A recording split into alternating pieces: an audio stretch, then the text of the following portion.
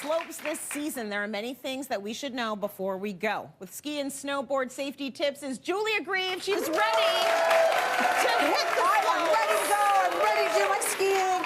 You know what? The thing is, it's not just a costume. This is actually her life. Like, you took up skiing as an adult, which I think is so interesting. I did. I didn't start skiing until I was in my 30s. Okay. And just let it be known that I am the worst skier in my family. No problem. But I have the best enthusiasm for it. Yes. My husband said, if you could just ski as well as your excitement. But that's all right. But it's always funny, too. I told you earlier the story. My little guy, Scotty, who's not that young anymore, we were skiing at Tremblant, and I came down right after him, and he looked back and goes, oh, Mom, you didn't even cry.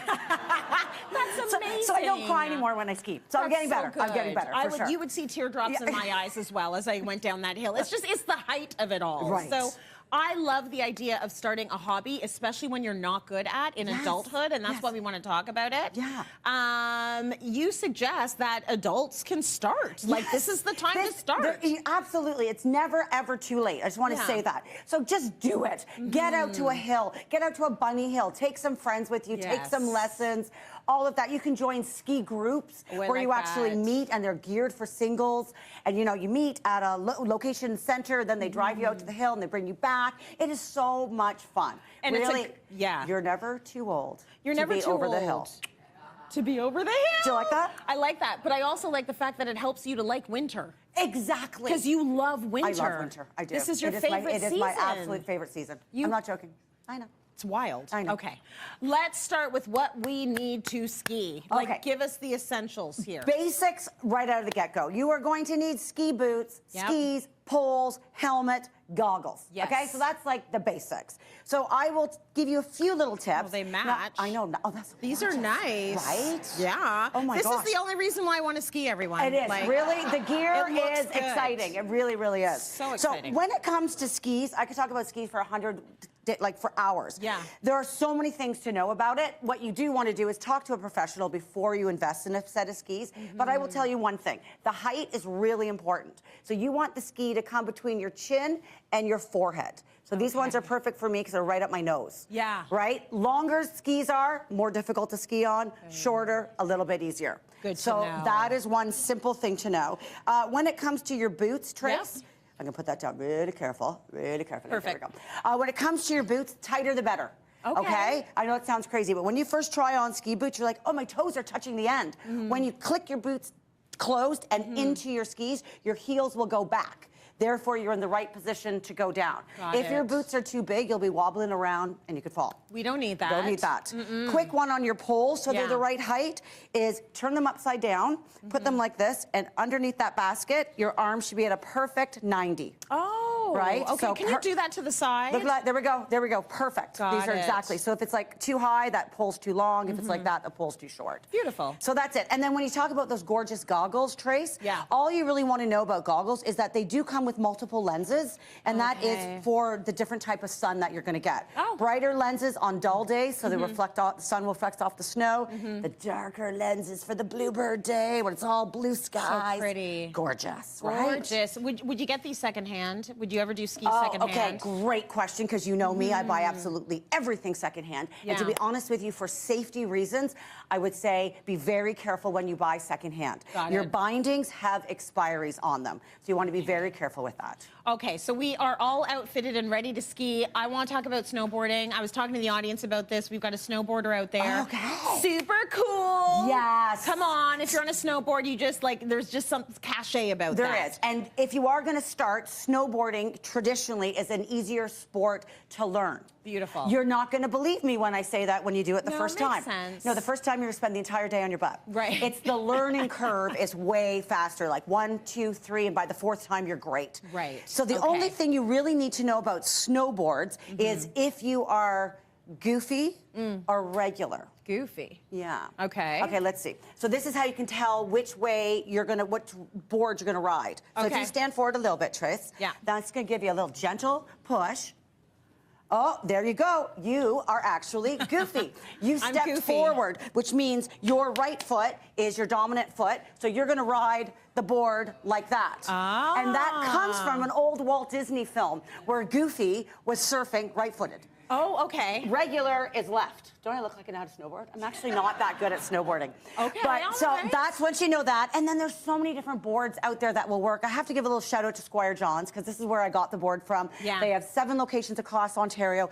So helpful. Yeah. Like they Oh, know they their are. stuff. Good. So going in there and learning is really, really important. If you're new, that's what you want. Absolutely. You want to be with people who know their stuff. Absolutely. Same thing for the boots. The boots are real. The nice thing about snowboard boots is that you can wear those all day long. Like you click into your board and then they're really comfortable to wear all day. Ski boots, not so comfortable. You do not want to wear those all day long, for sure. Okay. Let's talk about the look. This is what I like about skiing. I know, This right? is the après situation. I know, this is what it's all about. But really, the main thing is when you're wanting to stay warm, we talk about layers and layers and layers. Number one thing is stay away from cotton. I know, sounds so crazy. But cotton absolutely absorbs all of your moisture. So it gets wet. Then you get cold. Yes. That is not fun. No. So you really want to get a base layer that's got a merino wool mix in the fabric. This one's from Mountain Equipment Co-op. Awesome, lightweight, so great. Yep. Then Tracy's going to change your whole game on skiing right here, right now. These are battery-operated heated socks. Oh, yeah. Oh, yeah. Yes. I your don't need to toes, go skiing you can for those. control I want it, those now. Bluetooth through your phone if you want them hotter. Same with the gloves, these ones as well. Keeping your toes and fingers warm. That's will keep you on the hill beautiful. longer. Yeah, or even walking the dog, I would use Right. those. That's amazing. Jules, thank you so much for that. That's so good. In our efforts to get you outside to enjoy the winter, we actually sent Jules on another adventure. Buckle your boots and fasten your snowshoes. It's time to get outside.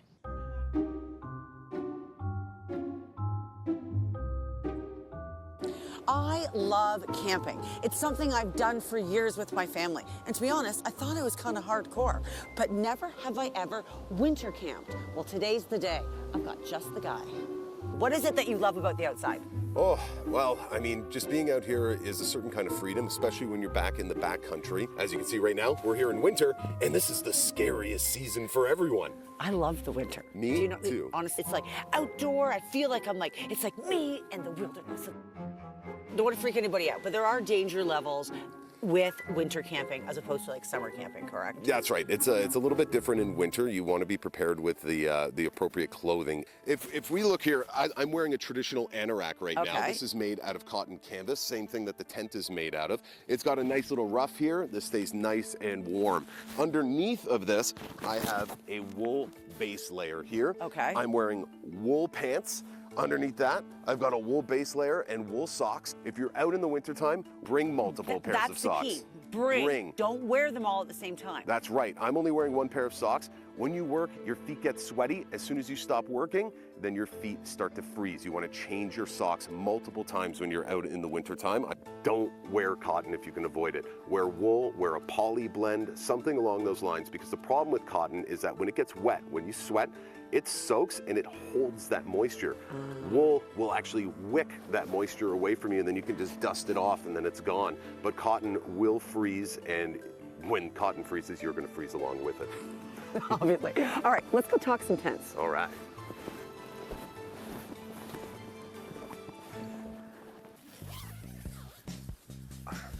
Oh, okay. This is small. It's a little tight. I like to call it cozy. So this is the Marmot Thor. This was given to me by Algonquin Outfitters. You can see it's tight quarters, couple of people, lots of body heat. That's what I say, old-fashioned body heat, baby. That's right. Bring a stove and a canister of gas or something so that you can boil water and for sure have a way of heating your food and having some water. Yeah. But not in here. Not in here. Don't do it in here. No. We're sleeping here. Outside. That's it. Okay, got it. This is a 4-season winter tent for cold tenting. And this is what most people would probably think about when you're thinking winter camping in the winter, right? Yes. Yes, this is a very strong tent. It's a little bit thicker than what you'd get for a summer tent, and it's got many more pulls, which helps to keep its rigidity throughout the night so that lots of snow can fall on it like it did last night. Okay. I want to show you how I like to camp. So let's head over this way. Okay, I'm interested in that. Okay, so welcome to my hot tent, and I'm sure you can notice a difference in here temperature-wise pretty quickly. This is amazing. This is so warm. Like, this is very pleasant. This is very nice. Let's get a little syrup on there. Oh my God, that's so good. Right? And this is a traditional canvas hot tent. These have been used in this country for a very, very long time. Okay, but does the stove come with it? Like you carry the stove, everything? Yes, you have to remember when you come winter camping, everything that comes into the backcountry, you're bringing in as well. So all of this is packed down and then loaded onto a sled and then tied onto the sled, attached to my pack on my back, and then trekked right into the woods. With some places like here in Algonquin Park, you can bring bags of wood in. You can buy them at the gate and then you can bring them in. Another thing, you're sitting on a cot right now. Very important that if you're going to be in one of these tents, you want to get yourself up off the ground. You don't want to lay right down in the snow. That's essentially it for a hot tent, but you know what? There's a lot more fun that comes with winter camping too. You like fun, don't you? I love fun. I'm fun gal. Oh, Mike, I love a good snowshoe. I feel like I can go anywhere with snowshoes on. It's awesome. Snowshoes are amazing, and they're a great way for you to get into the wilderness and get on top of deep snow and be able to get into places that you normally wouldn't be able to get. That's the fun thing about winter camping. Get outside and get to places where other people can't get to. Oh my God, Mike, this has been so awesome. Thank you so much. You've inspired me. I hope you inspire everybody else to just get outside. Well, thank you very much. Outside. My pleasure.